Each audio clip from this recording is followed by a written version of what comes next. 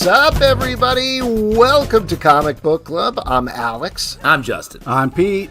And we are coming to you live from a couple places on the internet. We're live on Facebook, YouTube, Twitch, Instagram, Kick, and of course, everybody's favorite social network, LinkedIn. That's where I like to just hang out with my friends. Wow. We had some LinkedIn viewers last time. For real? Yes. Yeah, we did. Yeah, I didn't know anybody used it other than for posting spam, but I guess there are other uses for LinkedIn. So there you go. There was some high-level players at NVIDIA were on there talking over its AI move, and they just dropped into Comic Book Club. Yeah, there you go. Well, listen, guys, we have a big show for you tonight, but I'm going to do one programming note right at the top here. At any point. Don't worry about it. The capable hands of Justin and Pete. Seems like maybe I dropped off already, potentially. You're still there technically, but it's still skippy. What Alex is saying is his internet is just not so hot right now, so he's living on a prayer. He's going to take us as far as he can, and then we are going to take it the rest of the way. Let's do this. Yes, and what we are going to do is what we do every month at the beginning of the month. We pay a little tribute to our Patreon supporters. At the $5 and up level, we read off their names, and this is way dicier than usual. Yeah, we're so good at this usually that adding an internet mistake is going to really make this extra fun. Well, let's get through it as quickly as can, because we also have a packed show with a ton of guests I'm really hoping that I could be here for, because I'm excited to chat with all of them. But shouting it out, kicking it off with Aaron C. Hollis, Aaron Flo, Adam DeRose, Adam Hinson, Adam Marks, Adriel Moreland, Elena Fontenot, Andrew Primo, Andrew Tillman, Bad Guys, Beercat PhD, Bradley Hanson, Carrie Matthews, Chad Burkett, he's not Toast, he's Chad Post, Chen Smale, Christina Jeremilo, Christina Rensfield, Krista Lizzie, Clemens Lua, Carrie Shasher, Corey Smoker, Dan Snow, Daniel Cabral, Daniel Fuentes, Danny Heck, Darren Tupats, David McKay, Dennis Scott, Derek Mainhart, Doug Sodawip, Dylan L.J., Eduardo Martinez, Emmett M., Enrique Chumbez, Gary Meyer, Gerard de Villiers, Ian, wow, perfect, Ian Rainey, Isaac Carter, JG, my guy Jake Fry, James Connolly, Jaron Townsend, Jason Donahue, Jeffrey Whaley, Joe Benton, John Henderson, John Manuel, Jonathan Jong, Josh Wright, Joshua W. Broxson, Joshua Wigler, Kelby, Kevin Kleinrock, Karen Broderick, Lance Kaminsky, Lawana Thomas, Lee Hunt, Luana Thomas, nice, Lucas Sink, Mad Max Pliskin, Mac Tice, Matthew DePalma, Matthew Schofield, Matthew Taylor, Max Baker, Michael McAuliffe, Michael Tillman, Nathan Hall, Nelson Kelso Martinez, Nick G, Nick Grayson, official CBC chef Brett Macris, Stray Bullies, Omnia Soul Art, Oren Dix, Oidis Larson, Pedro A. Wrangle, Provocative Ambulance, Rep Mikey, Ricky Smith, Robert Pedinato, Roxanne Tyler, my mom and yours, Ross Burlingame, Sam Lim, Sarah Schottmuller, Sarah Schaefer, Saunter, Scary Stuff Podcast, Scott Carpenter, Scott England, Scotty Dew, Severin, Stanley, Steve Cook, Steve Hungsberg, Taylor Bryan, The Big Flood, The 12 Bench, Tim Bubb, Tom, Troy Milano, Emiliano Victor Perez, Will Buchanan, Will Diaz, William Leach, Zachary Bachman, and Zika's Viral Comics. Guys, and there we you go. did it. Thank you to everybody who supports the podcast. If you'd like to support it, patreon.com/comic book club for $2 and up. You can get unlimited access to all of our podcasts going all the way back to 2011, many of which are no longer online. You can also get access to our Patreon Discord, which is very active and very fun. Why, just today, we were fighting about whether Firestorm is good or bad. So those are the sort of... and how his hair works in space. Exactly. Hair Stray in Bullet space. Stray Bullet says so many new names. Yes, and we all pronounce them perfectly. Exactly. And I'll just mention, I don't know if any of my names that I said dropped out. That's an extra $5 that people put in for that level for me to miss the name. So I don't know. Do we have any of those? Only one, I think. Only one. Okay. Well, congratulations to that person. And I'll tell you what, congratulations to our guests who have been so patient here at the top of the show. Like I said, we got a packed one tonight with a ton of guests, and I'm going to bring in our first duo here. They're two of the guys behind The Last Ranger.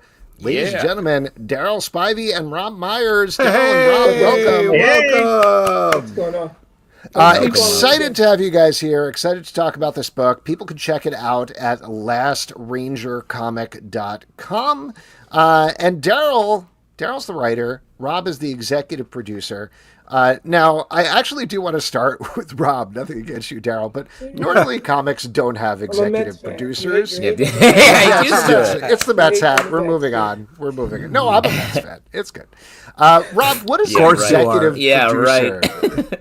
I am. We don't have to get into this. Rob, what does an executive producer do on a comic book? I mean, ultimately, Versus is a very non-traditional studio behind this comic book. So when we set out to start our company, we wanted to kind of change the traditions of the industry, be a little bit different, not really the traditional agency or production company, which is why we're, somebody that works in commercial, we work in content, we work in all forms of IP. Daryl brought this amazing book to us, so we dived right into the graphic novel world.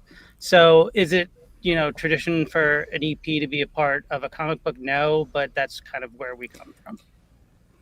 And I will say, I've known Rob for years, and he's a comic fan first. Maybe he doesn't want to say that on the EP side of things, but he's been reading comics. I've been talking comics with him for like 10 years. So I think it comes from a passion, a love of comics when you get a great comic like what Daryl put together here.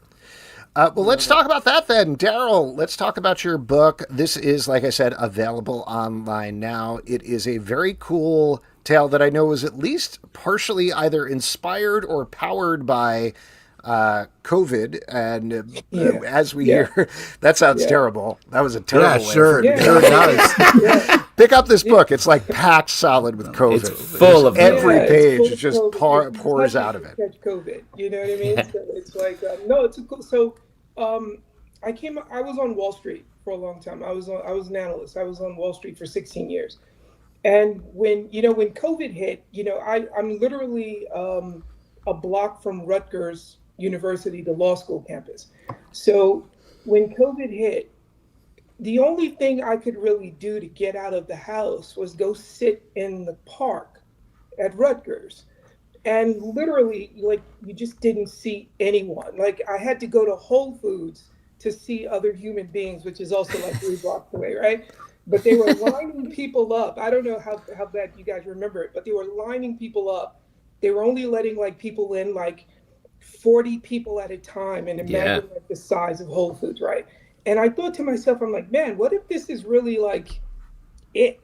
You know what I mean? Like, what if this is really it? And I just came up with this idea, like, what would America look like if we collapsed economically? Like, what you guys probably don't know is that on Wall Street, people joke about economic collapses in a funny but serious way all the time. Like, hey man, the market falls 20% today, 15% tomorrow, another 20%. They're going to stop trading, and then you're going to see people like running to the banks. You know what I mean? So it's kind of what almost happened in 2007. That does sound very funny, by the way. Yeah. Also, really painting a picture of terror that is constantly at our fingertips. It absolutely is terrifying. And so I came up with this idea of, what it would look like, what would America look like if, we divided ourselves into, we call it the 7 territories, right? So instead of the United States of America, we have the sovereign states of liberty, and it's kind of like geographically grouped. But the premise is that it's all corrupted. It's all corruption in a sense, right? So like if we're here in New York, we might trade electricity with, Connecticut for crops.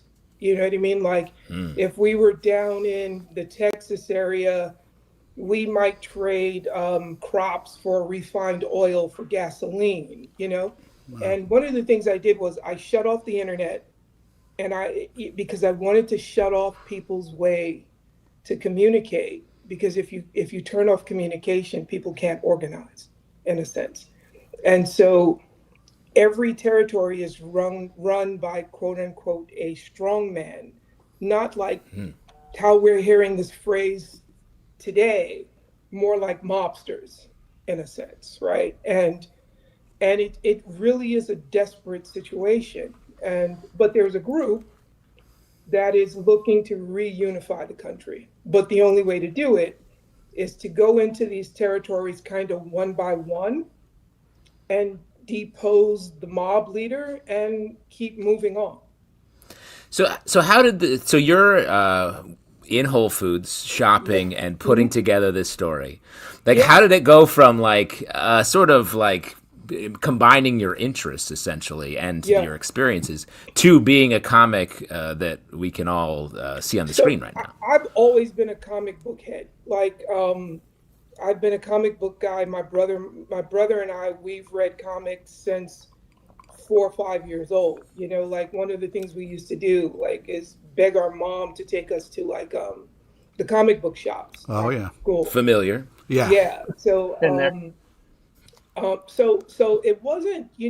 I think the Whole Foods thing was like the catalyst, but it was also, I was seeing videos of people walking through Times Square, and there was just no one. An area where 3 million people usually go through on a daily basis. I remember all the videos. And it was, so this kind of percolated. I thought, I was always a fan of like the Clint Eastwood, like the spaghetti westerns, the stranger with no name kind of thing that rides into a town. So the story does have a very like kind of Western feel to it, but it's set in 2040. Oh, wow. That's awesome.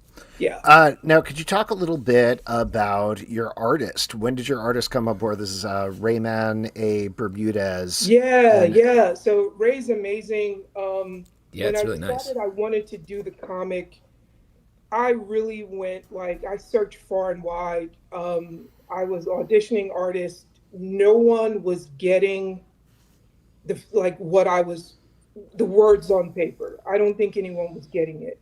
And someone said there's a guy in the Philippines. He said there's a 12-hour difference, so communication is going to be like a shit show, right? and so they introduced me to him. I sent him the script. He loved it and just started sending me art. I hadn't even commissioned him yet, and he just started sending me art. And I think what he got was that I wanted a feel so that when people looked at the book, the characters look like real people in a sense. That was something that was very important to me, that it didn't feel too comic booky per se. Is the feel. So Rob, when did Versus get involved here? We've known Daryl forever, an amazing collaborator of ours. So we got in pretty early. We had the opportunity to, kind of help bring this all the way to market. We're really excited. We're going to be, at the con this week, which is going to be amazing. We're going to be at the West Village Comics booth. So, check us out there. It's been a great ride all along. And isn't the comic a sort of a featured book at the con? Like, what does that mean? Yeah, so a good friend of mine, Kurt Bowlers, he used to own West Village Comics down in the village. I sent him the book, and he said, "Hey, this is really cool, man." He said, "Can I send this to the con and see if they would, look at you for doing an exclusive?" And I said, "Yeah," and he did. Sounds cool. Yeah. Send it to the con. Yeah, so because he's a big vendor. He's there every year. He used to own West Village Comics. Everybody in the industry knows him. They said yes. We sent in like a copy and they approved it. And so we're doing what's called a virgin cover. I wish I had a copy to show you guys. There's no lettering on it. It's just the cover. And it says New York Comic Con 2025 on the lower right hand side. Cool. Oh, wow. That's Yeah, awesome. it's exciting. My first book, so I think this is really cool. I think I did something right. Is what I Congrats, think. man. That is exciting. Yeah. We got a that's question awesome. here in the comments from Derek Mainhart. Says, although this spun out of COVID, do you think the story speaks to the current moment? Yeah, I think it does.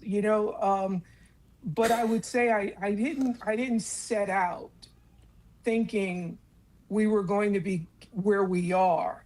So you found some other things to be stressed about in relation to the Yeah, book. maybe I That's just so weird. I haven't been stressed for like 5 years. Yeah, Alex has been on easy street, except for this internet thing. That's because one of you guys is drinking tequila. So maybe I magic 8-ball this whole thing. I have no idea.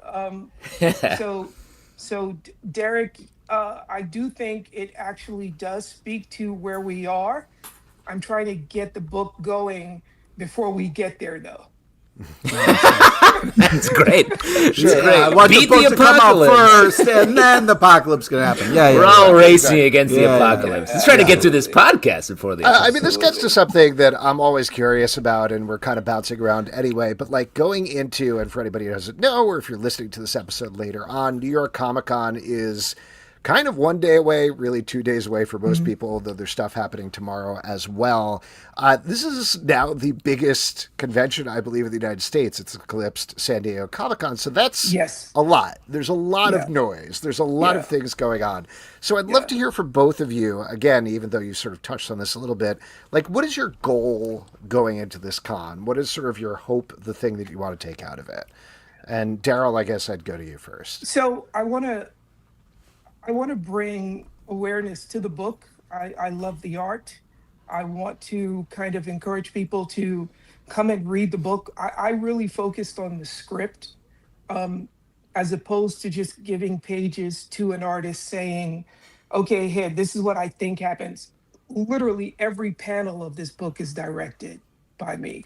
And I know that probably frustrated some of the earlier artists that I didn't bring on, but I saw the story in my head. I saw it play out. So for me, I'm a reader.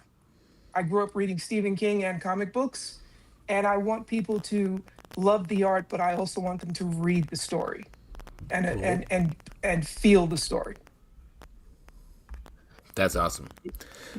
What about you, Rob? Aside from being able to like bring my kids to the con and actually have a place there that I can brag about. One of the things that, I mean, Dad Flex counts. Dad Flex is huge. But one of the things that I think I'm the most excited about is really just being able to talk to people about the book. A lot of this obviously goes on behind the scenes. We've been, knee deep in this story for so long, but we haven't really had the opportunity to really share it, get opinions, really sort of drum up that interest and get people excited about it. I mean, one of the things that I love about the cons every year is really having the opportunity to sit and talk with the creators, and to be on the other side of that table for a change is amazing. Yeah, I mean, one of the great things about Comic Cons is the connections that happen. I mean, we hear all the time on the show about like, oh, how did this book come about? And it's like, well, I met this person at a con. So like every kind of story starts that way. It's really special. I love Artist Alley. I love being able to kind of meet people who are following a passion and kind of get to talk with them. Daryl, as a lifelong fan, can we talk about being on the other side of the fence? I mean, it's a dream come true for you. Like, how is your younger nerd self doing? Is it totally freaking out? Or? We could speak to young Daryl. Yeah. And I'm actually upstairs, so I'm on the main floor, right? So it's a little surreal, So we went in today. We're starting to set up. I'm going to be there all day tomorrow setting up. So in a sense, I'm still working through this thing. So I haven't had a moment to just stop and say, "Holy shit!" You know, like my first book is upstairs on the main floor at Comic-Con. You know, Wow. so maybe Sunday at 10 o'clock, when I like put my head on the pillow, I might say, "Holy shit, what just happened?" I bet you will then, but I bet you'll have a moment on the floor where you'll have some sort of like finger snap moment. You'll be like, "Whoa, this is wild." Yeah. Especially if you see like a younger you walk up and get like an autograph or something, you know? Yeah. Yeah. If you're in like a science fiction film, like Pete thinks you Yeah. are. And I've got 5 more books to do. So after this, I'm like, okay, got to get to issue number 2. Nice. I love the plan. Keep telling the story. Yeah. Back to work. Before we let you go, what else outside of your work? What are you looking forward to at the con? It's the biggest week of the year here in New York. Just to like, you know, we're upstairs. Marvel is right there. I saw that we were on the floor today. It's really cool. Just the traffic that's going to be coming our way. John Romita Jr., who's a good friend of mine, like he loved the book from the beginning. That's awesome. And it's just cool to see people who, like, I grew up reading and loving their work are now looking at my book saying, "Hey man, good job." You know? Good job. That's great. Cool thing. Yeah. Rob, what are you looking forward to?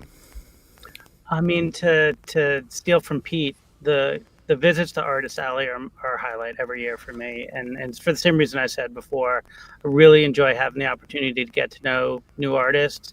For us, we have opportunities to bring illustrators into our world, you know, in the advertising space. So just finding new, creative, fresh talent is just always a highlight for me. Yeah. Awesome. That's awesome. Guys, I just want to flex my ego one more please. time. Please do. Flex I'm away. upstairs. Wow. Wow. Really feeling the levels. Yeah, Feeling see me the levels. upstairs, man. Come see me upstairs. You're going to have to walk for the food, though, Yeah, I yeah. think. So Have fun that's what bumped downstairs. Pete up. When you're ready to, Come when on you're up. ready to get serious, come upstairs. Wow. Now he's flexing, yeah. excellent. Daryl, Rob, thank you so much for coming Yeah, on. congratulations. On the book. We'll see you at the con. See you at the Yes. con. Look for Thanks, us. Thank guys. you guys. Later. Oh, man, was that's great. exciting. I loved Very hearing all of that with no breaks. That was really nice. It's really nice, Alex. You get to be like sort of a guest in some ways. Yeah, Alex, you know, it's a little rude when someone's talking about their dream finally coming true and you just leave Yeah, the you chat. just step out. Well, You it's get out not. of here. It's not my dream, so I'm not like that. Oh, wow. You know what I'm talking about? No, I don't. Oh, okay. Well, I'll tell you what my dream is. My dream is to bring in another guest on the Cool. show. And guess what? My dream is about to be fulfilled. He has a lot of different titles, but among them, he is the co-host of the DC Studios Showcased. He is a host of DC High Volume. He's doing stuff for Real Rejects and so much more that we're going to talk about. nice. Coy Jandreau. Coy, welcome to Hey, the show. welcome, Hello. my warrior. What is up? What's up? I love your nerd wall back there. That's impressive, bro. Yeah, so we've got 3 of these studios like this, and then mine at home is twice this many pieces of art floor to ceiling, so I've got a problem. So, yeah. Wow, not a problem. We all do. Yours is very organized, though. Yeah. This is some real. And they're all metal, so I can change them out. So they're magnetized wall, wow. and so depending on what we're diving into, it's all. And my home one's the same. So this is my work studio, and then I got 86 pieces of art I move around depending on what I'm talking about.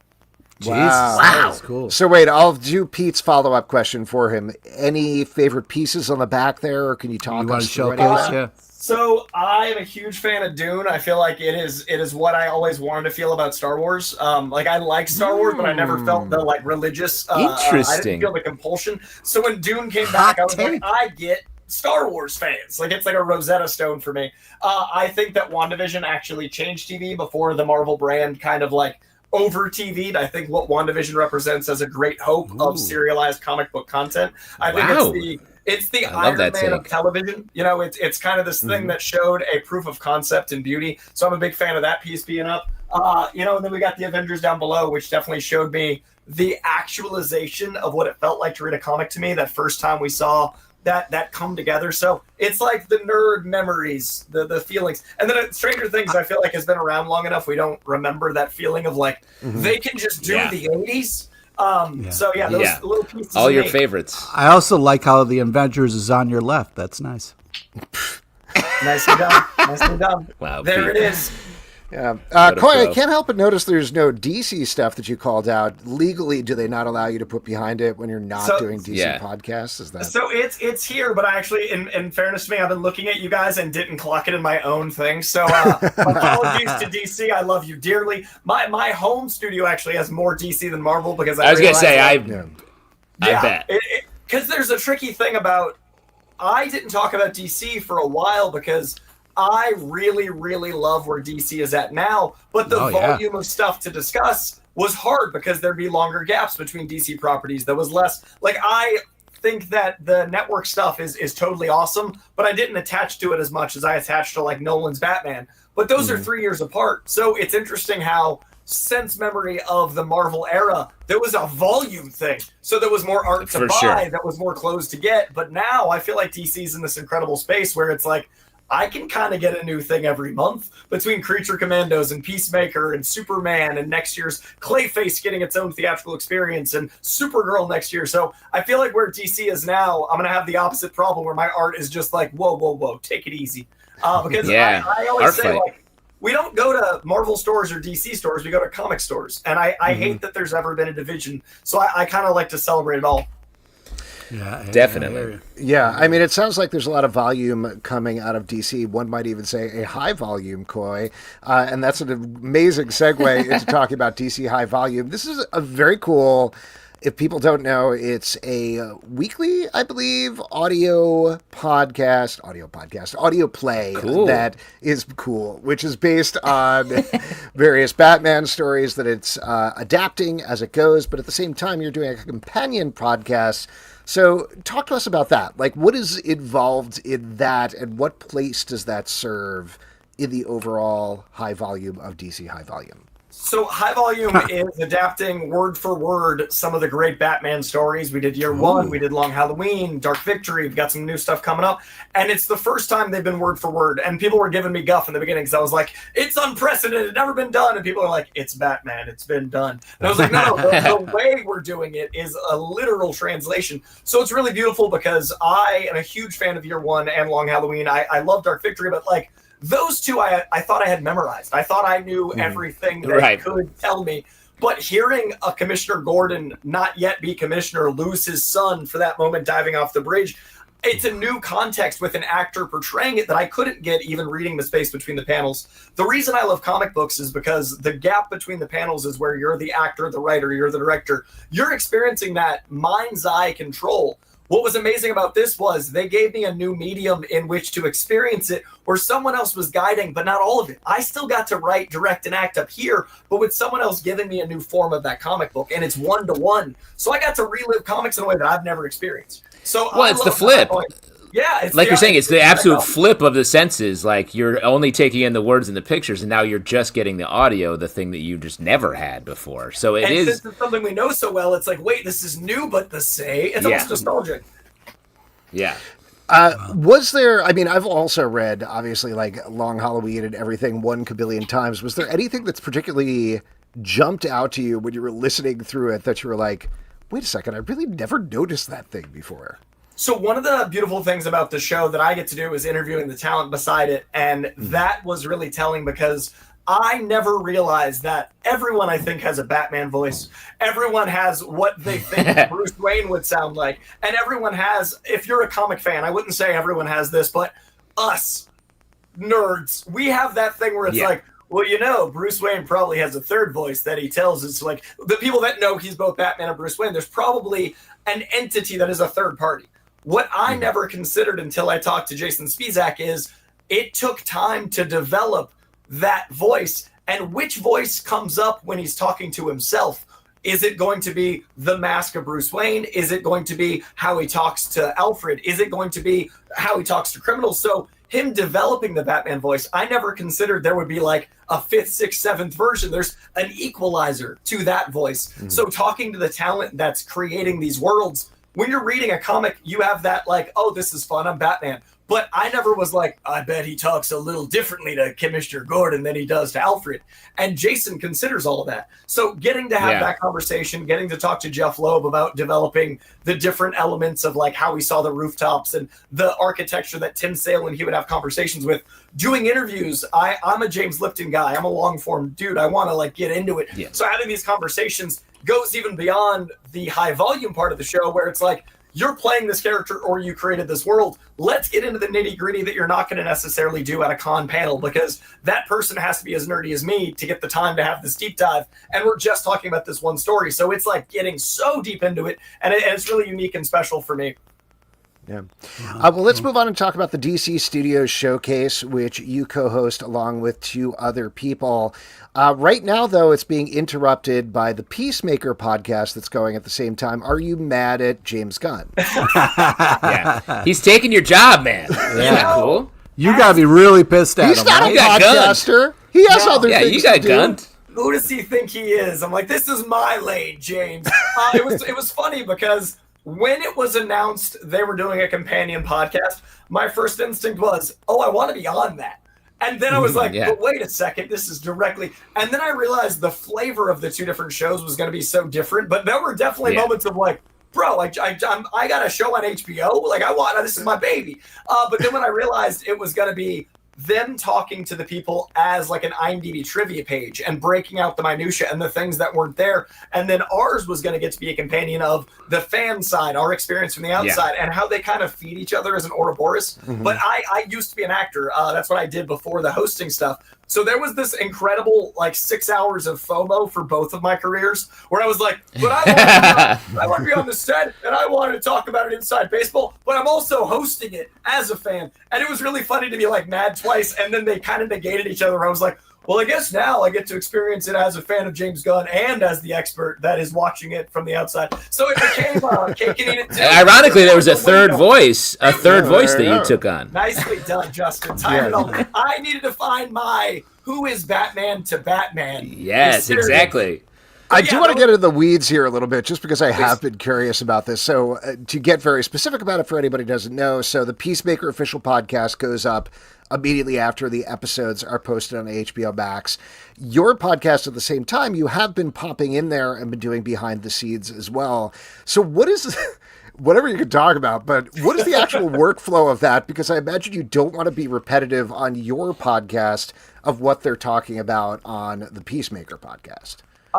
We watched a good chunk first and then had to pre-record, but that was also difficult because we obviously couldn't know everything. And we also were interviewing people out of order because of schedules. Like you guys know, schedules are insane. And when you've got schedules of like someone who does the choreography and someone who does the stunts, you're not always going to have the episode that ties into them be the order it airs, but that could be the order of their availability. So the hardest part for me was watching it and trying to be like, that happened in 4. We're talking about 5, but also we have people coming in for 1 today.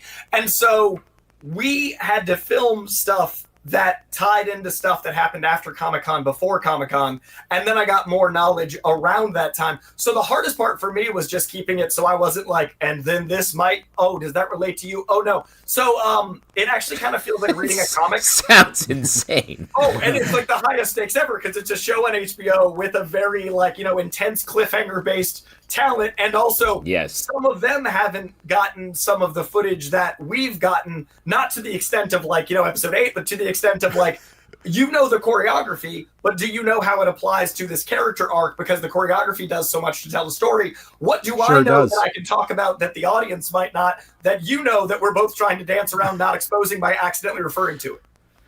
Well, my God. The other thing that's insane. I see why you like Dune, because fear is the mind killer, and you need to bend like a reed in the wind to deal with all of this stuff. And the Lasan al-Gaib of the person doing his own show and running everything else is the one watching this going like, did they know too much when they interviewed them? I yes. Knowledge.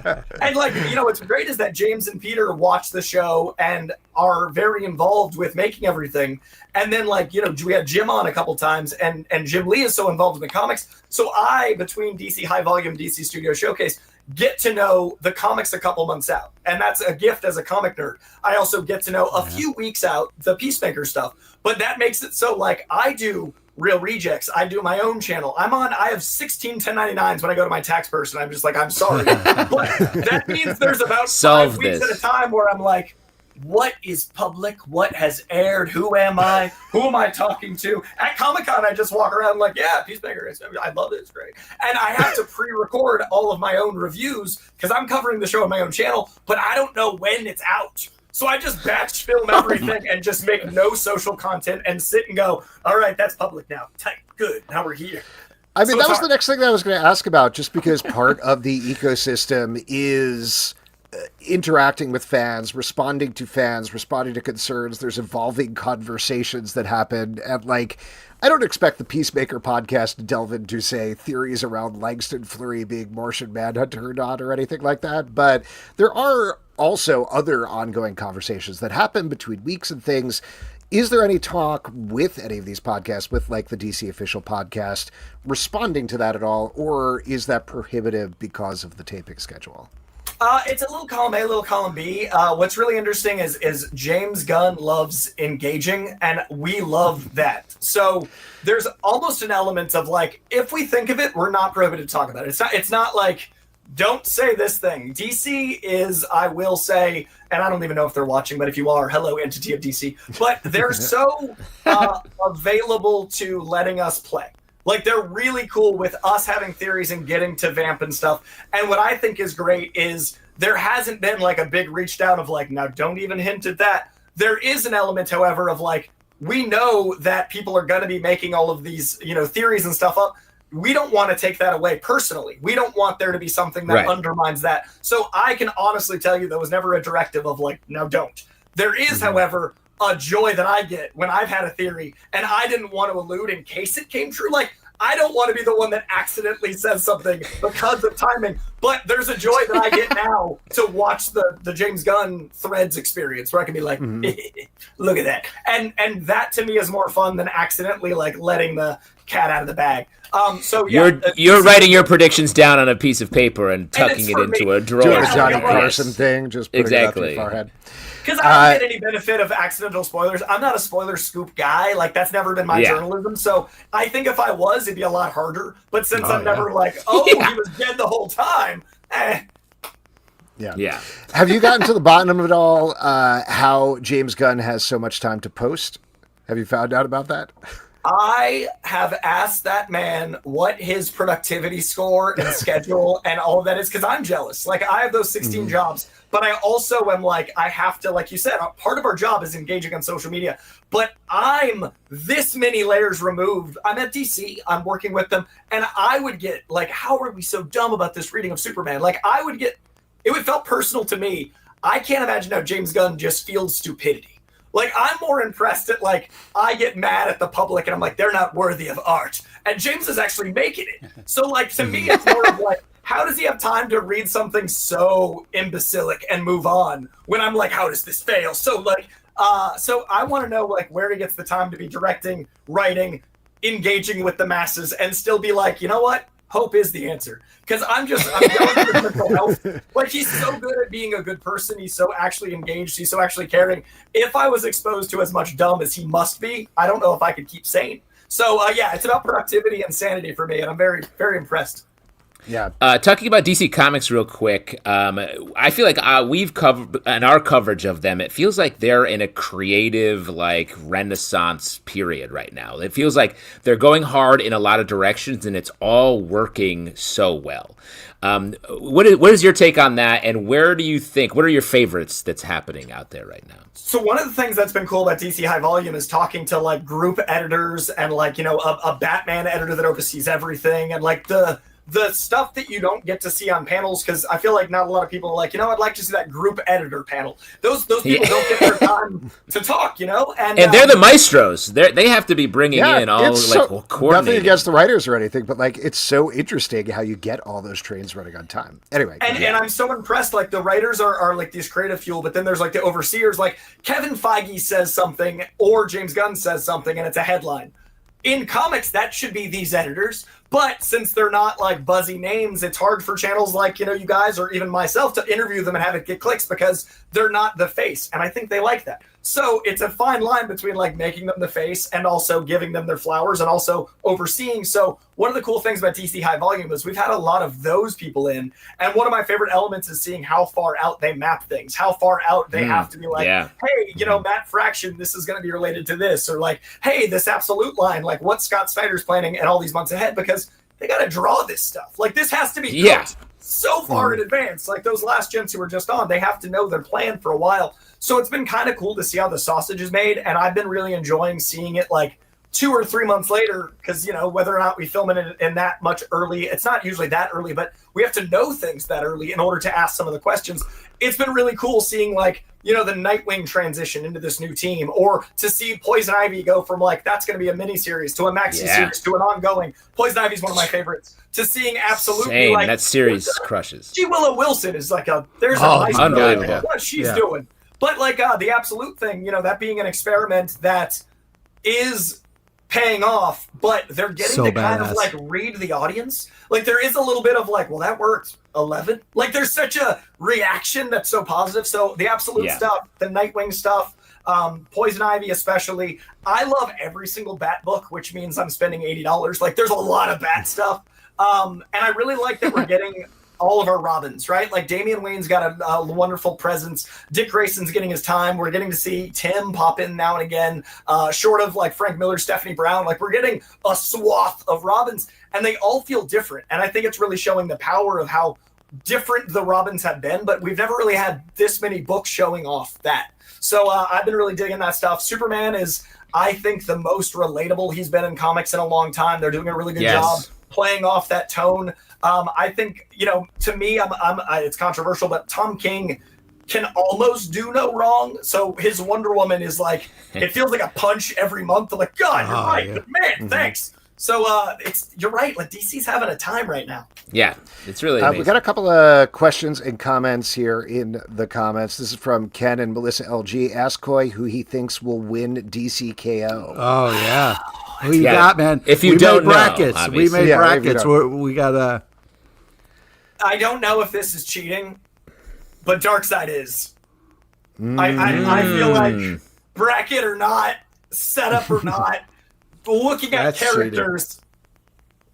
If I was a betting man, I would somehow make that my answer. I know it's not actually possible, but Darkseid is. Like I can't think of any. We can make a bet. We can make a bet right now, Coy. So Alex has started gambling. He's loose now. This internet's fucked up. He's ready to roll the dice.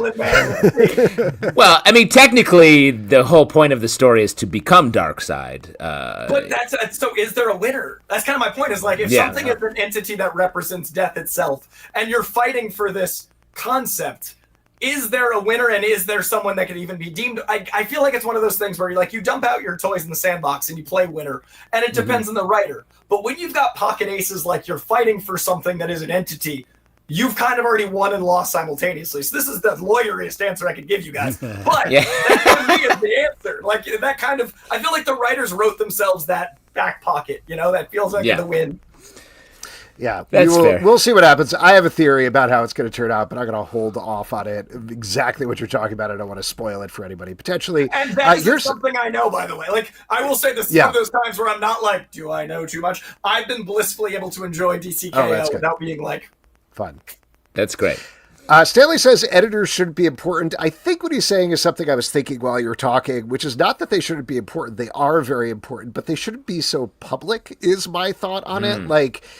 I feel like Stan Lee has seeped into every editor's consciousness where they're like, I need to be a pitchman. I need to be P.T. Barnum up here on a stage. When I do think one of the things that DC is doing so well is they're doing their jobs. Like they're not out there being like, hotcha, I'm doing a dance for everybody every single day. Instead, they're putting their heads down. They're making the books, making sure they read well, making sure they look amazing. And that's, I think, one of the things there. So I don't know. Yeah, there are people that can do both, but not everybody has that skill set. Some people are editors and some people are pitchman. Very few people are both. But I think that's maybe what Stanley is talking about. I feel like importance is a very weighted word. But I do think there is an element of I wish people, like, a lot of people don't know showrunners, but they love shows. A lot of people don't know writers, but they love the work the writers made without, like, they see the actor and this is your human attachment. This is the human entity you want to attach to. I just wish more comic writers and then over that comic editors got any sense of like what they do to create, because they are orchestrating so much. So you can kind of choose whether or not you want to hear that news, especially in our space. This isn't like Entertainment Tonight is not going to be running, you know, what Turturro said about the books that are coming out. But it's cool that if, you know, we had a little more access to find out stuff that could kind of give us that inside scoop, kind of like with what James Gunn did with the announcements. When James Gunn announced using comic covers, we finally weren't keeping up with the Wikipedia host that had giant million followers, subscribers for dancing on TikTok. We actually had a jumpstart. Like, we got to be 6 months ahead of all this popular stuff. It'd be cool to me if at Comic-Cons we got to hear from the editor a little bit so we could kind of like know what was to come with our inside knowledge because we're so versed. That's all I'm speaking to is just kind of a little idea of like, wow, that'd be cool to pull those threads or not, because we'd have more time to theorize and play. Right. This is another response to something we were just talking about. This is a long one, but Eric MCI 900 says, I used to watch a podcast called The Indoor Kids with Kumail Nanjiani back in the day. Yes. James Gunn was a neighborhood friend of theirs and was a frequent guest. I can tell you from those 2015 episodes, James Gunn wasn't always so chill about his work. Something about having $100 million on the line probably helps put things in perspective. I think that's probably part of it, but I'll also mention, we talked about this on our DC podcast, but he's said that after the whole thing went down with Guardians of the Galaxy Volume 3, he kind of had like a journey of the soul type thing where he reoriented creatively, and I imagine that was part of it as well. I don't know if you have any alternate insight, Coy. We did an interview with him, and one of my like pointed questions was kind of what I was rambling about before, is like, dude, how are you kind? And he talked about that walkabout. He talked about that experience, and I don't think you can write Superman unless you find that path. And I really struggled with the character of Superman in my 20s because in my youth, I understood Superman. I went, you know, he's a good guy, bright colors, he's wholesome, and that's great. In my preteens, teens, and 20s, I was like, he's got too many powers. How is he interesting? And then in my 30s, mid 30s to late 30s, I'm 37 now. It took me until like 4 or 5 years ago. It took me until then to realize that the kindness is his superpower, isn't cheesy. It's what we need.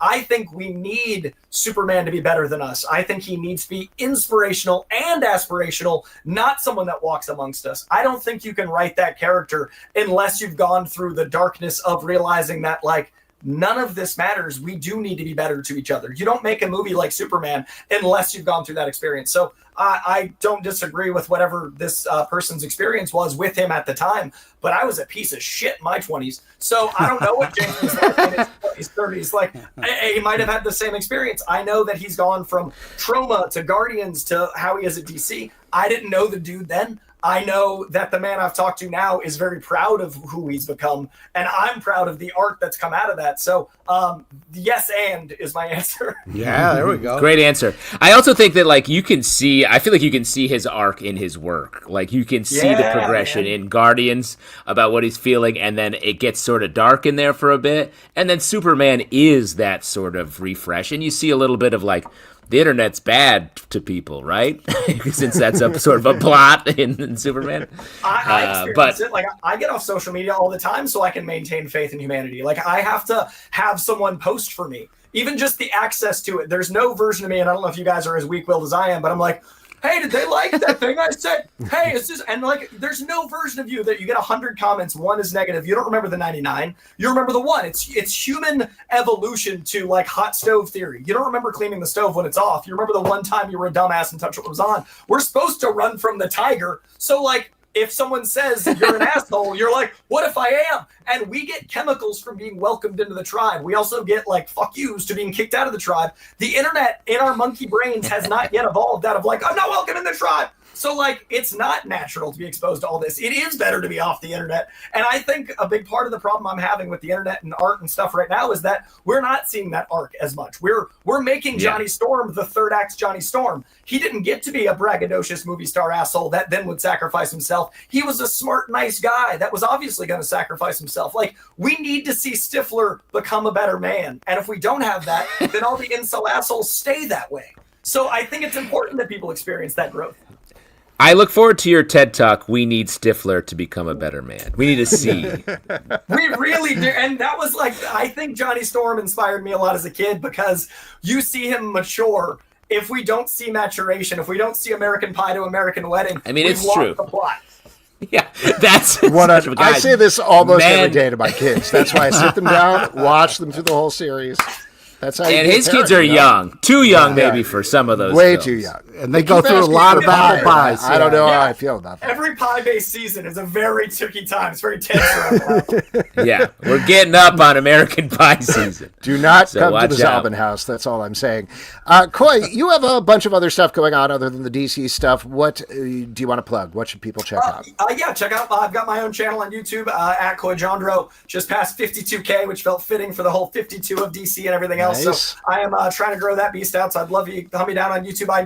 I read about 50 to 70 comics every week, and I break down my favorite 9 because it's a pretty grid every week in a live stream. So my 9 favorite comics of the week, and I try to make them the more approachable ones so people can find their way into a comic store, which is what I care about. I also do the biggest comic news and movies and TV. I also review every major movie and all the big TV shows. So it's like a daily poster on my page. Plus, I've got a podcast called Coycast. Plus, I am full-time over at Real Rejects, about 4 or 5 videos there a week as well. Plus, monthly on DC High Volume. Plus, every 2 weeks on DC Studio Showcase. Plus, I do Red Carpets for the Hollywood Reporter and do lots and junkets and things for THR. Plus, I've got New York Comic Con coming up and every major con and sometimes the Fan Expo stuff. So I am far too busy to be a nice person. But I'm trying. I'm not James Gunn. I'm not patient and Coy, I have to try to talk as fast as you, and I feel like you have to try to talk as slow as us during this interview. And So I'm just shut. aware of, like, you asked me to plug? I got plugs. I got Amazing shouts. Yeah. Coy, thank you so much for making the time in your busy schedule. We appreciate it. And good luck with Please all the try to podcasts. take care of yourself somehow, man. Get some sleep, I'm- like an I'm hour or literally 2 going hours to a tops. Tron screening and then the Black Phone premiere and then getting on a plane to New York, and I just hope I wake up.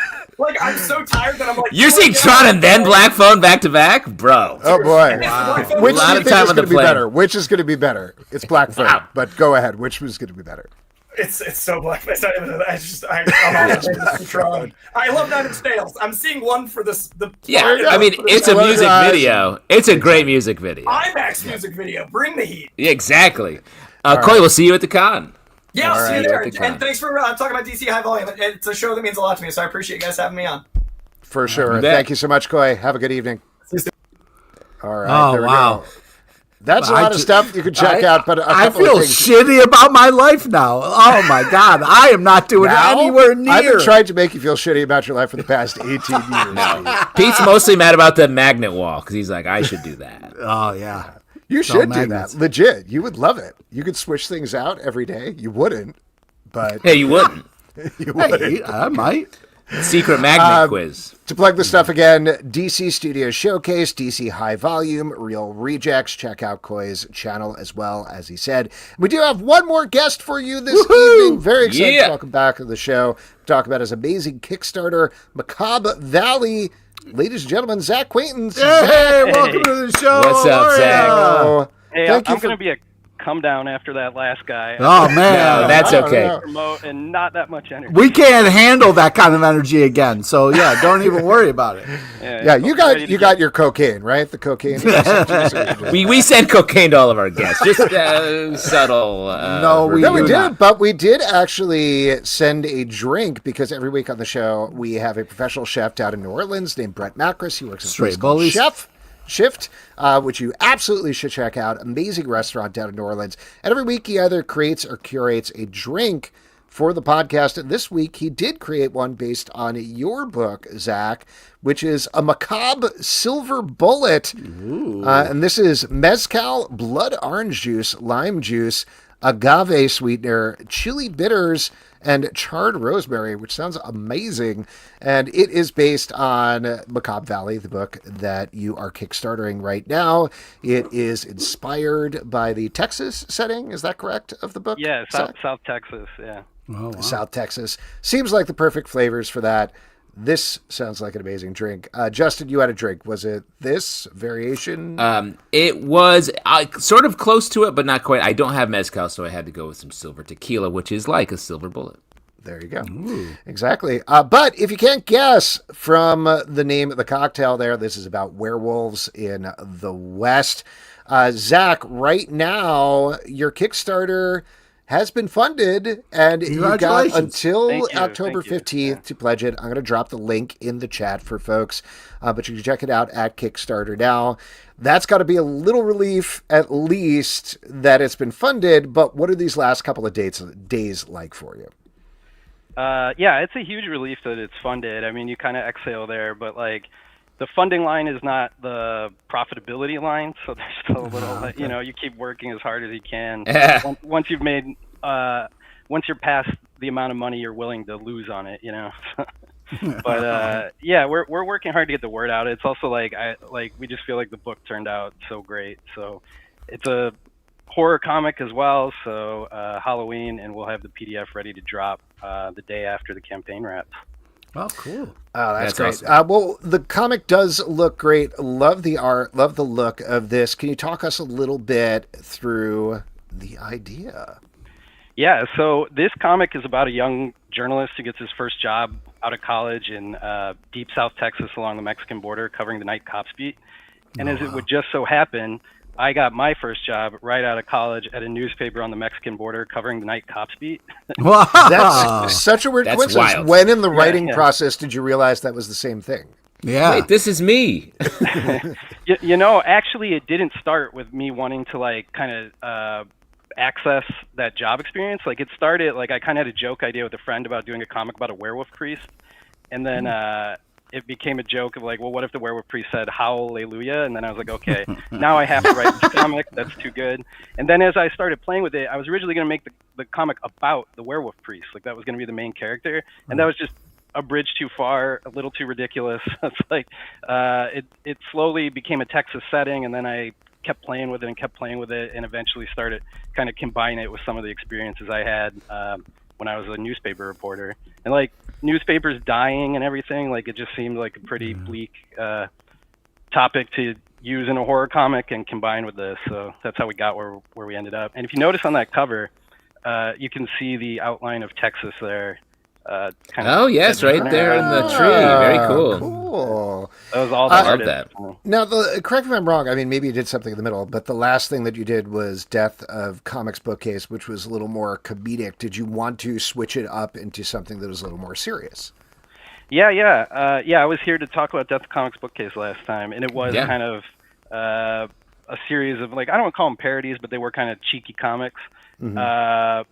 This one actually kind of spins out of that book. We did a preview in there, but yeah, the idea was to kind of go a little more substantive with it, because those were all 8-page short comics, and I feel like the comedic tone maybe doesn't carry through. This one's 30 pages long, and so there's some funny moments in it, but I do think it takes on issues around immigration and media and the way we sort of communicate these days.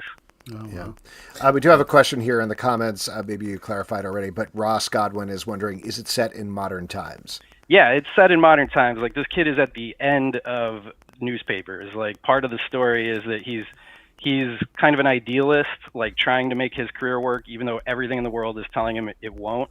And so he's right at the precipice of newspapers going away, and it's a big conflict for him as well. But yeah, it's a modern set comic, but it's kind of, it has some kind of folklore influences. I think if you've seen No Country for Old Men, also West Texas set, you might get some of the ideas of what it might feel like time period wise. Now, was it pretty bleak. Therapeutic for you to go back and kind of relive these horror stories, or was it hard? Did you have to have a therapist by your side? How are you doing? It was tremendously cathartic to play out my crappy newspaper job by introducing a werewolf, and to do it with an artist that good. I would highly recommend dealing with some of your issues by making comics about them. Okay. Yeah, it felt really good by the end of it, especially when the art started coming back. Very That's cathartic. awesome. Yeah. What about your approach to werewolves? I'm sure you're aware there has been a lot of werewolf fiction throughout the years, and I'm always very curious about how much do you lean into that and say, oh, I'm going to pick a little piece here and there from this thing, versus trying to put that all to the side and come up with your own fresh take? Yeah, that's a great question. We were pretty loose with the werewolf stuff. Like, one of the things I really like about werewolves is I feel like werewolves, or maybe their fans, have less rules than like some other monsters. Like with the werewolf, vampires have so many rules, and people are pretty like adamant about how you do vampires. I think with a werewolf, as long as you have a guy turning into a wolf and a full moon and maybe some silver, you're okay in werewolf fiction. But we did a thing where the priest is based on a feature story I wrote, where this actual priest was like adopting stray dogs, and he had like 19 stray dogs, and they'd follow him into mass and sit at the altar and stuff. So like visually, that's intimidating. It was it was very odd, but visually we wanted to kind of give our werewolf a stray dog look, and kind of capture the like wildness of the werewolf. There's a comment here from Ross Godwin that says, I'm from Central Texas, and some of these panels look like you pulled them straight from my hometown. Were you working with the artist on that to really get the sort of realness there, or did they go down there, or how'd that work? Yeah, for sure. I sent the artist. The artist is based in the UK, so she's never even been to Texas. She's now one of a long line of great UK artists drawing Texas after Steve Dillon and Jacob Phillips and Anna Redmond. Yeah, Phillips. Yeah. But I sent her a ton of references, and also she'd seen was a big fan of movies like Paris, Texas, and No Country for Old Men. But I sent her a ton of photos from the area where I'd been, which was the Rio Grande Valley, which is south of San Antonio. We got another question, not exactly about the book, but this is from Derek Mainhardt. Question for Zack. What do you think of the current state of comics journalism? And Derek, I think it's doing fine. We're doing fine. We're journalists. Yeah, we're fine. Everything's fine. We are not journalists. Well, I'm also I've never talked to you guys about this, but I'm the reviews editor at Comics Beat. So so I'm also a participant in comics journalism. I mean, it's gotten smaller. I feel like it's contracted, but the people who are still doing it really care. I mean, I don't know how else to say it, right? You guys know. Yeah. I mean, I'll just add on, not to actually answer the question for you, Zack, but I see this a lot. Like, I saw somebody post the other day, and nothing against Comics Beat. They're like, there used to be a whole ecosystem of comics journalism. Now there's just the Comics Beat. And I was like, I didn't specifically answer the guy about that or rail at him or anything like that, because Comic Beat is doing an incredible job. You guys are doing an awesome job out there. It's definitely like the tip top of comics journalism right now. But I do feel like if people are lamenting that, what they're actually lamenting is that CBR and Newsarama aren't around anymore. Yeah. Jamming out press releases every single day. And that's nothing against them. Like, we worked for Newsarama, but you gotta look, but it's still everywhere. There's so many sites that are doing such an incredible job. Like I said, The Beat, I think David Harper at Sketch does incredible long-form journalism. Graphic Policy has been like killing it on the legal beat in particular, which has been amazing to see. And there's a lot of other sites that are covering all that stuff that you might miss from Newsarama or CBR. But even beyond that, I think it's obviously a different thing. And we're on YouTube right now, even though certainly words are more my medium, but there's a whole ecosystem on YouTube of people reporting on stuff. Yeah. I have a lot of people that, a Kick, and LinkedIn, of course, we can't forget about LinkedIn. No, but seriously, like, I think it's also ignoring, like, TikTok has its own ecosystem of comic book journalism that's going on and people reporting on stuff. And it is some people being like, whoa, crazy thing happened in Absolute Batman. He's very huge. And that's it. And that's all they want to do. But there are also people who are doing interviews, are delving into comic book lore, are talking about issues that are happening in a really interesting way. So my very long form answer to that, to Derek, even though he didn't ask me, ask Zack, is it absolutely is going, and it's still going. It's in a different form now. You just got to know where to look. It's maybe more decentralized than it used to be, and spread out across mediums. So if you're just looking for the like traditional sort of big staff comics website, there's not as many, or they're not. Some of the ones that are still around are kind of shells of themselves. But yeah, like podcast, YouTube, like you said, it's happening. Yeah. Oh, and Derek gives a shout out to one of our former guests, Yeah. Comics Courier by Tiffany Babb, which is great. And then also, they just announced today, I'm forgetting what the name is, but there was Zdarsky Comic News, which is very fun. That's going away, but it's being replaced by something else from the same people who were producing it. I think it's called Comics the Magazine. Comics the Magazine. name That's of what it, it is. Yes, that's premiering at New York Comic Con this weekend, so check that out. I have more of a logistics question getting back to the comic. You say on the Kickstarter that you're going to print right as the campaign ends and everyone's going to get the book by Halloween. That sounds crazy to me. How does that work? Well, funny you should ask. Like this point in the campaign, you get 80 to 85% of your backers, right? Already kind of, so you have an idea of how many issues you need. So like I'm working with the designer like the last 2 days, and we're in touch with the printer, and we're like ready to go to print next week. So cool. My dream is that this comic lands on people's doors on Halloween. Like that's great. I mean, that's awesome. That's wild though. Yeah, I don't know. Like, ask me in a few weeks if I regret doing this. Are you going to do like a Nightmare Before Christmas thing where you fly around like Jack Skellington dropping the comic on people's doorsteps? Yeah, that's what we were all thinking. That's an idea. It hadn't occurred to me, but now we'll have to workshop that, see if it's how feasible it is. Yeah. Zach, as you have 7-ish days left, let's say 7.5 at this point, what's your game plan for this final week here? Well, I'll be at New York Comic Con, so I'll be walking around guilting people in person and maybe back really my good. book. With an iPad being like, you could just press this button. I'll take your credit card. Give it a shot. Think. QR code, yeah. Yeah, so I'll be at New York Comic Con doing some stuff. I won't be on the big floor with a featured book, but I will be telling anyone who will listen about my book. And then it's Monday morning. It's just back at it, man. Like we have process stuff we're gonna reveal and maybe preview some new art and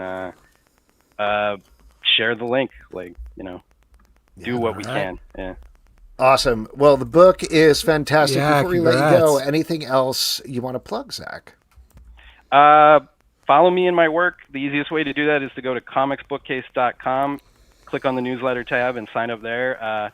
Next year, I will be kickstarting Death Comics Bookcase Volume 2, Reign of the Comics Bookcases. So we'll get Awesome. back into the humor mode next year. Scary this year, funny next year. That's the plan. That's the same way I'm living, too. Zach, always good talking to you. Thank you so much great for to see coming you. on. Good luck in Thanks this for next having me, season. guys. Hopefully I appreciate see you it. at the con. Thanks, All Zach. right, take care. Later. All right, there we go. Once again, the book is called Macabre Valley. It is on Kickstarter until October 15th. We didn't mention this, but art is by the great Anna Reedman. It looks great if you're just listening to the podcast. Definitely check it out.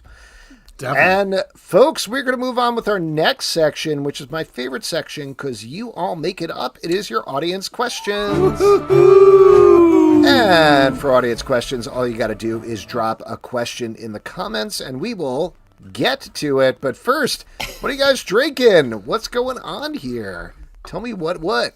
I don't have a garage, but I'm drinking garage beer. You know what I mean? Nice. I like, Pete, you develop little mottos for all of your beers. It's very funny. You're like a little just marketeer. I got to ask, I'm sorry, does Travis Kelce say that? Like, does that come directly? Because this is his beer, Nope. right? Yeah, it's the Pete Kelsey says- Brothers beer. Yes, Okay. but I'm just telling the truth. You know, I don't own He's a just garage. telling the truth, Alex. He's just telling the but truth. I have garage beer. Oh, Let I'm him in, sorry. speak. I thought you were lying. I apologize.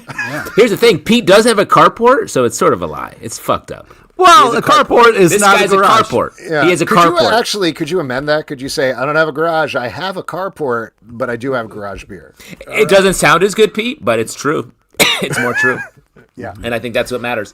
I had a tequila and Aperol, as I said. I'm drinking Peak Organic IPA, one of my faves. Fresh Cut is my fave. Shouts to Eric, MCA 900. And then, of course, we put out Moon Water last night for the full moon, and I'm sipping some Moon Water. It's What absorbed is with that? essence. It's something that my wife's family does, and we did it too. We put water out, and the full moon shot into it, and now I'm drinking it. It's werewolf Wow. juice? Are you drinking Werewolf werewolf juice? juice? I don't know. I don't know. Wait, I don't know. I just have some questions. So, Yes. in Brooklyn, you set out water outside, left Outside. it there all In night. the backyard. It's not Okay. rat juice. Seems like it could be. Yeah, I mean, it's definitely rat juice now. You think those rats are just like, oh, that's moon water. We'll leave that alone. Look, rats don't need water. They're trying to eat garbage. I don't know. Also, look at this tiny. If you look outside any time of night in New York, and this is true for anybody who doesn't live there like Pete, you can see rats standing on their hind legs, pissing with their tiny little penises in jars. Yeah. They love moon water. Oh, I'm sorry. Yeah. Standing there pissing? Why would they stand? Like DC High Volume, I was painting a mental picture for you. I pulled a rat out of it like a cork and uncorked it, and now I have it. Oh, smart, yeah. Derek Nat Maynard Townsend, says, my man doing hillbilly magic. That's right. It's some upstate shit right here. Derek says, do you guys have I any can tell you at a well. Do you guys have any regular contact with other comic book podcasters? No, we try to avoid talking to those assholes. Do you mean, whoa, don't call them all sliding my assholes. machete through their necks, if that's what you mean. What are you talking Slowly about? kicking Yeah, their by the way, bodies have up. you looked in, are we allowed to carry in weapons, or do we have to, like, forge them inside New York Comic Con? Yeah, Pete, you're the bag full of weapons guy. Yeah. New York City legalized nunchucks, so you can take great. nunchuck places. Yeah. So cool on that. Wait, they legalized nunchucks, so you can take nunchucks. Yes, yeah. Okay. Yeah. Do you have to be trained? Can I just pick up a? I would like get to a go permit? against what you said, though. But we don't hate all other podcasters. I like the word balloon guy. He's fun, John. Yeah, yes. Of In course. all seriousness, John Sutter is great. Whenever we haven't seen him in Lovely a while, man. but we used to Miss hang out that with guy. him all the time at cons. Last time I saw him was like Terrificon last year, where he was running around someplace, and we were like, "Oh hey!" and caught up for a little bit. He's great. The comic book couples counseling folks are great. I chat with them mostly Very online nice. sometimes, but they're lovely. Who else? I mentioned David Harper. I don't think we know him, but really like his podcast. And back in the day, we had a nice frenemy situation with the iFanboy guys. That's right. Yeah. Because Pete went to college with them. They treated that us was- like. Yeah, They treated us like we were their enemies. We were like, we're friends, and they were like, we're enemies. We're like, I don't think so. But it was not because of the comic book podcast stuff. It was because you guys went to college together, right, Pete? Yeah. And you It was both both, over Alex. the same girl. Don't be naive, Alex. It was kind of crazy to think about, though, that we all went to the same college, and Not us. No, me and the iFanboy guys, and In another world, you'd be the fourth at the end of their catch. yeah, that was great. Well, I don't think so, because me and Ron got into it one time, and it was a real kind of a separation there. It got nasty. Yeah, we had a real fire disagreement about a movie. We were taking a film movie? class together. I remember that, actually. movie? It got very loud. I could hear it all the way over at Cornell, and I was like, oh, those guys. And over at Hamilton College, I was playing beer pong, so I didn't hear any of your dumb shit down this. I think Edward Doherty says it best. When iFanboy, Word Balloon, and CBC meet, it's like that fight scene from Anchorman. Shout out. Oh yeah, definitely. Yeah, We have a trident. yeah. Kind of out of hand, really. Ross fast. says, I turned 21 recently and tried IPAs after hearing you three talk about them.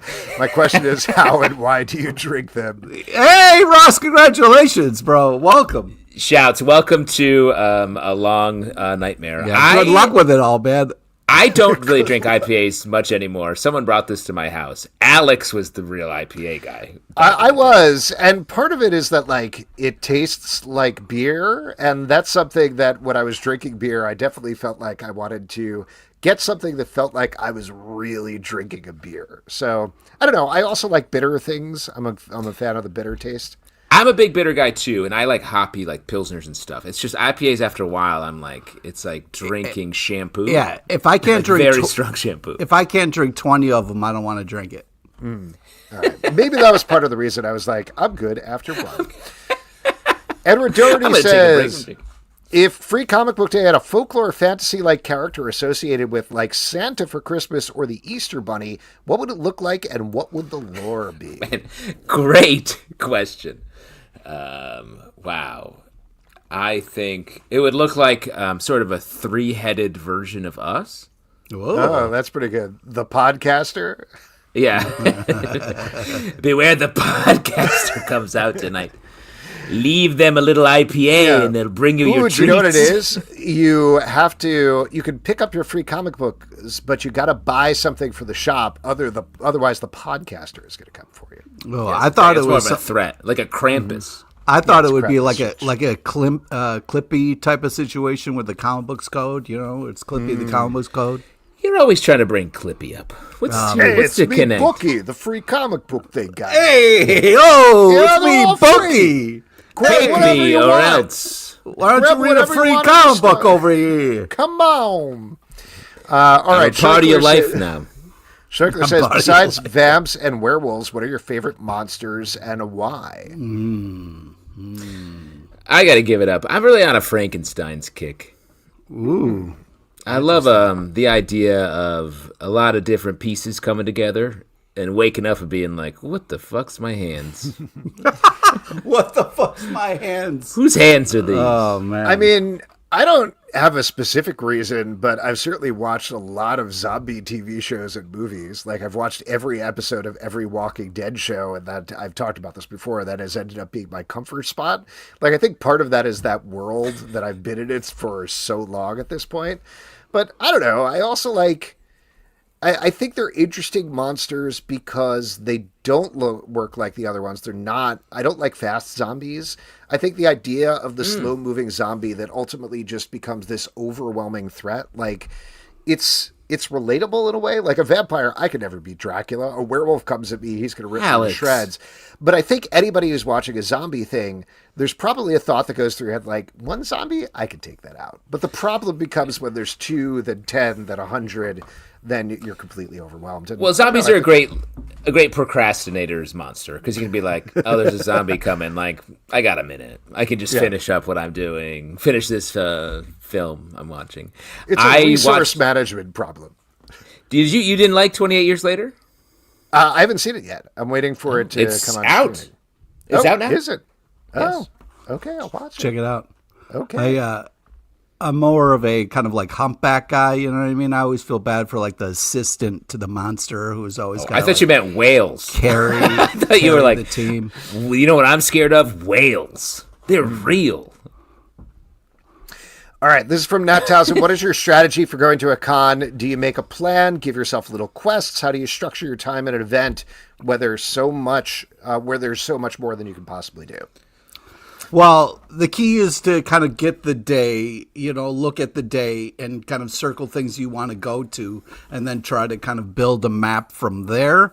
Sometimes I just say, fuck it, though, and head to Artis Alley and let the day happen. But, you got to kind of go with what speaks to you. I think it's like you're saying, Pete, it's appointments, and then Artist Alley is a home base. And a lot of cons in the past, we had a skybox or a place we were being based out of, a table. These days, I feel like we're definitely more wanderlust, bumping into people, getting an interview here and there. Like, it is a vagabond. So I guess that'd be little quests of the options on the table. Yeah, I think for me, just because I'm planning so much coverage and stuff, right now looking at my schedule is giving me a bit of panic sweats, because what I did was I put not just the things that I've already scheduled, but also the things that I'm like, yeah, maybe I'd want to do that. And so this has actually worked for me at previous cons. You end up being very panicked leading up to it because I have 4 solid days of schedule going from like 9 to 11 p.m. every single day. But ultimately, when I get there, I see how I'm feeling, and I'm like, I'm not going to go to that panel, or, I'll push off that interview and figure out another time, or whatever else. So that's how I approach it. Overplan on my calendar so I know what I'm interested in doing, and then allow myself the freedom to skip all of it if I want to. And I will say, I've become much less of a panel attender. I feel like I'll catch that news in another way. I'd rather do more face-to-face stuff. Yeah, but what's great about the panel stuff is you get that interaction. The Q&A after a panel can be very magical. I do think there is... It really, anybody who's been to a con knows this, but like, it really depends on the panel. It depends on the moderator. It depends on how engaged the panelist is. It depends on like the fandom that's there, because I think back, like, some of the best times I've had at cons have been at panels where it's just, even something that I tell this story all the time, but like things that I don't care about, like, I ended up covering a Once Upon a Time panel for MTV, which is one of my least favorite TV shows of all time. But the fans, like 4,000 to 5,000 of them, losing their minds the entire time, watching an episode, doing all the sound effects like people about to kiss, and them going, ooh, all this. It was great. Like, it was just a wonderful, wonderful experience. Yeah. And that's cool. Plugging into a fandom that you're not familiar with it's like when we did our panel and the Buffy sing-along was after us. Come and they on, let them dude. all That in. was fire, dude. That was fire. And we did a panel for like 3,000 people who were like, we won them over the course of they didn't know who we were at all. It was very fun. Yeah, so I guess we'll see. I have a couple of panels that I'm going to just to like try to do some coverage of, but it's Or a how about shoot. How about the time we got our whole panel to yell through a curtain at another whole panel? That was very fun. Yeah. That was about the Twix bars, the Twix ads in DC that were They were inexplicable. driving us crazy. Our panel, this was New York Comic Con, like Winter Annexed Edition or something. Yes. And we were next door to the DC panel, and it was only separated by a curtain, even though both rooms were like probably like 500-600 seaters or something like that. And so we got the whole crowd to be like, hey, on the count of three, everybody shout, what's up with the Twix ads? And when they did 1, 2, 3, they shouted, what's up with the Twix ads? And there was a pause. And then I want to say it was Joshua Williamson next door. It was like, we don't know. Yeah. We got a response. Which That's that the fun never part. works. Yeah, Nat was there. Good times. All right. Eric MCI 900 says progress updates on any personal comics projects. Over to Justin. Yes, I am going to have the first issue of the first ever comic that I've made. I'm actually working with Rob, who was on our first Liefeld? No, Rob Myers, Okay. the guy that who makes more first guest. sense. Yeah. I'm gonna have the full comic. It's coming in like tomorrow. Wow, before the congratulations. con. So I'm very excited. I've seen all the art. It's with the letterer right now, and yes, it's super exciting. What I want to see the words on it to get the full effect. But, Are you going to send it out to us so we can review it on Comic Book Club? Well, I'm gonna try to get it to be an actual comic in the are you stores. afraid? Are you? Yeah, you're afraid to bring it to the stack Because because you're of scared. I want it on the stack. I want it on the stack desperately, but I wanted to earn its spot there, not just be like handed over to you like some back alley deal. It's gotta get through the Wow, you system. really don't believe in this comic at all. No, I believe in it so hard that I think it's gonna get there on its own. Huh. So get out of here. Yes, I'm very excited. Well, I'm not interested in reviewing it anymore. Stanley says, are you more excited for the finale of Gen V or Peacemaker? Oh, dude. Great This is a question. great question. Both shows have been fantastic. I've been loving the crap out of them. Oh, it's hard to tell, man. I'm excited for both. There's so much to wrap up. I'm a little nervous about getting it all done in the last ep, but man, 2 glorious seasons of television. I've been really impressed with it. And I'll give the short version, Gen V for sure. Oh, what? Agreed. Yeah. Yep. Very excited for Gen V. Yeah. Excited to see what happens in Gen V. I'm not saying that Peacemaker is bad per se. It's just I've been loving Peacemaker. I'm excited to see how this is all going to unravel. I really hope Peacemaker nails the landing. That would be Yes. great. That would be very satisfying. I'm not confident in that. That's Oh. wow, Alex, you just really let it fall. I just don't want to get in a shouting match with Pete. Straight Bullet says, now that you put some space between you and the DCKO podcast, is there anything you would change in hindsight? For example, Red Hood would get stomped in the first round. For anybody who didn't check it out, we broke down our DCKO bracket. We made a group one, the 3 of us, as well as individual ones. Very fun Saturday morning. You can check it all out on YouTube or in the podcast feed. Here's what I'd say. I would like to answer this question tomorrow. Yes, exactly. I'm sure our answers will change tomorrow. I feel very good about my bracket. So I will say this question makes me think we need to find out what our punishment is for the loser. That's what Derek Maynard said. Did you decide on what the punishment is for losing the DCKO bracket yet? This came we up didn't because sign up to do this for a punishment. we decided this while we were live. It was a great suggestion from the audience that I don't think any of us are going to be totally correct, but I think the idea, Justin, is whoever gets closest. We're going to do it March Madness style, where each round will have a different point value, like 1 point for the first round, 2 points second, 3, 5 when we get down to the winner. So, yes, we will have a point system that will be completely fair, and Alex will not understand it, and that's fine, because I will say it. Great. But yeah, I think we got a little time. We basically got 5 months to find out who's going to be the winner here. So if you have an idea for a punishment, I think this came up in Discord. Somebody suggested doing individual punishments for each of us. Yes. I think that makes the most sense versus like one punishment. So it gets real specific and real upsetting. Lars says, what happens if the show bracket wins? Then we all high five. We're all kings. We're... shave off half your beard, says Edward Doherty. No problem. We got a bunch of comments here. I'm just sort of scrolling through, but here we go. Why don't we do this one just to wrap up here? Frederico Rosa says, have you guys seen the new The Rock movie? I don't believe anybody has. Yeah, I've heard great stuff about it, but I haven't seen it. Yeah, not doing well in the movie theaters, but it did win the Silver Lion, I think. Or Silver... I think it's the Silver Lion at Venice. So, like, it's a movie that I think it doesn't look bad. Like, it could be good.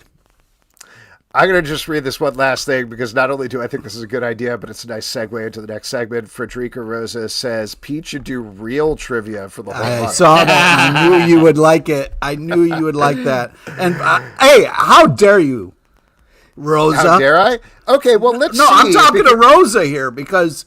I do real trivia, and I work really hard on it. Great. I'm sorry it's not up to...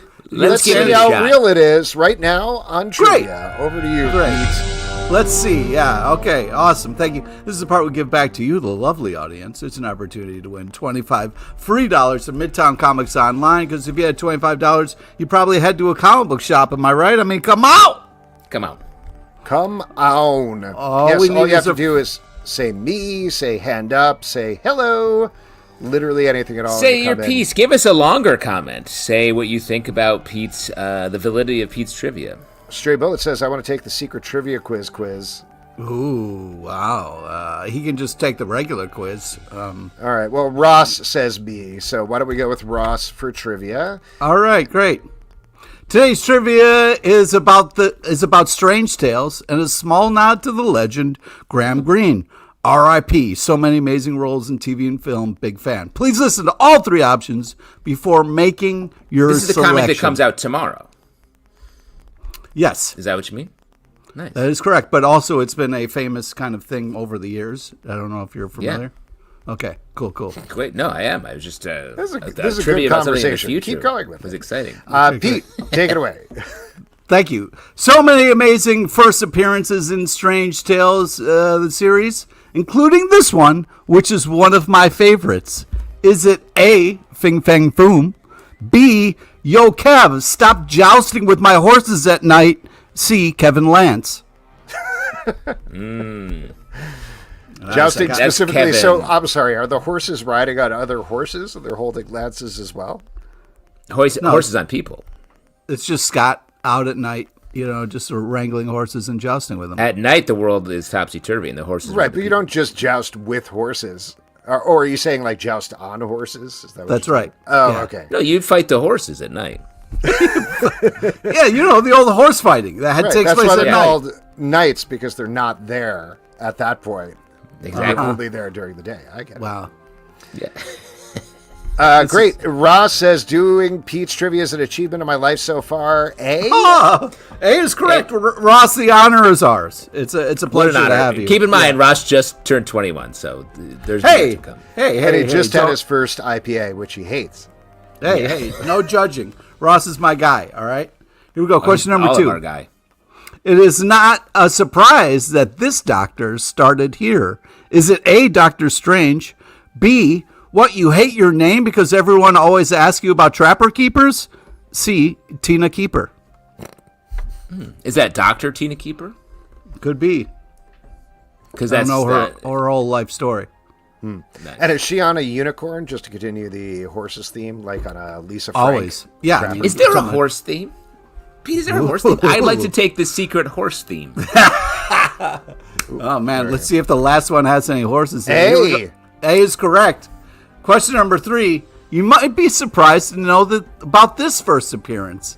Is it A, Nick Fury, Agent of S.H.I.E.L.D.? B, how could you, D, you liar? I found you cooking for dummies in your oven. C, Del Cooks. No horses. Well, You can eat horse. You can cook you horse. can cook a horse. I wouldn't Not recommend whole. It's hard to cook the horse whole. You need a big oven. Yeah. Like one of those like big clay ovens that you can walk Yeah.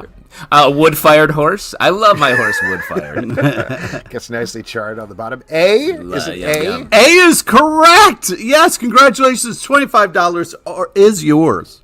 Amazing. Shoot us an email Really good. and we will get that off to you. In the meantime, Pete, what's the secret Graham Greene movie you're referring to? Oh, man, I like Schwickler's bit there about Del Cook's Marathon. That's funny. I'm talking about the 2002 award-winning film Skins. Interesting. All right. Well, Never heard of that. You should check it out. It's pretty cool. you What's should it also about? check out the new comic books that are coming out this week. What are you guys looking forward to that is coming out in stores? Pete. Oh, my God. So many great stuff. Absolute Batman number 13. Come on. This has been insane. I'm talking about bananas. You betcha. Super tight nanners. It's unbelievable. And I'm also looking forward to Transformers number 25. I'm nervously excited about that. We got a new switch over. So Kicking it'll off be the interesting. Kirkman era. Yeah, Kirkies. Kirkies. The Kirkies. I'm looking forward to. I mean, DCKO number 1 is. I'm very excited about that book. I feel like it's going to be a fun event that I'm going to enjoy. And let me also shout out a book that we read the first issue, and I was pretty surprised by what happened. Everything Dead and Dying by from Image by Tate Brownbaugh and Jacob Phillips.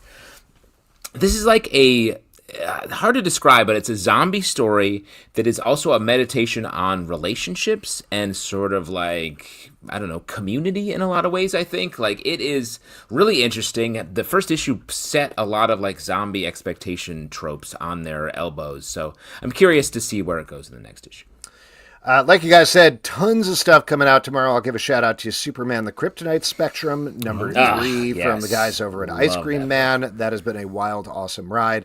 Also, I'll give a shout out to Conan the Barbarian, number 25 from Titan Comics. Interesting. Justin and I talked to Jim Zub about this a couple of weeks back. The Zub? We got to read that issue early, and man, did I think this issue is excellent. So good. It's great. It's fully painted by Alex Horley. It is some gorgeous art, so excited to check that out. And there was one other one that I was going to give a shout out to. Do you think Event Horizon Dark Descent. I really like the first issue of that. That was a very messed up prequel It's to a the fucked up classic movie. movie. Yeah. So excited to see where that goes. And folks, Alex is a fucked up that guy. is it for this week's show. All of those books, by the way, are going to be in our Stack podcast. Oh, Comes what? out Really? Wednesday. I know, it's crazy. Wednesday, What? 9 a.m. Oh, the my Comic God. Book Club feed and the Stack feed. Thank you to Daryl what are the Spivey and Rob odds? Myers for coming out Yes. to talk about The Last Ranger. Coy Jandreau for talking about DC Studios Showcase and DC High Volume and Real Rejects. Zack Quaintance, check out Macabre Valley on Kickstarter. So cool. Next week, Paulina Ganeshow is going to be here to talk about the second volume of Dynamite's Maleficent. You can check out, Pete. Comic Book Club News, our daily news podcast, Sons of a Gun, our DC podcast, where we're talking about Peacemaker coming up on the finale. Let's hear it for the boys, where we're talking about Gen V Season 2, Marvel Vision. We just talked about Marvel Zombies, I want to say, a couple of weeks back. That's accurate. Definitely, if you're at New York Comic Con, come say hello. Justin will and I be will there. be wandering around at least the first couple of days. Also, coming up the week after Baltimore Comic Con, we're going to have a table there, so come hang out with us there. Patreon.com/Comic Book Club to support the show and all the shows we do. ComicBookClubLive.com for this show and many more. Until next time, we'll see you at the Comic Book Club. Good night, everybody. Take care of yourself out there.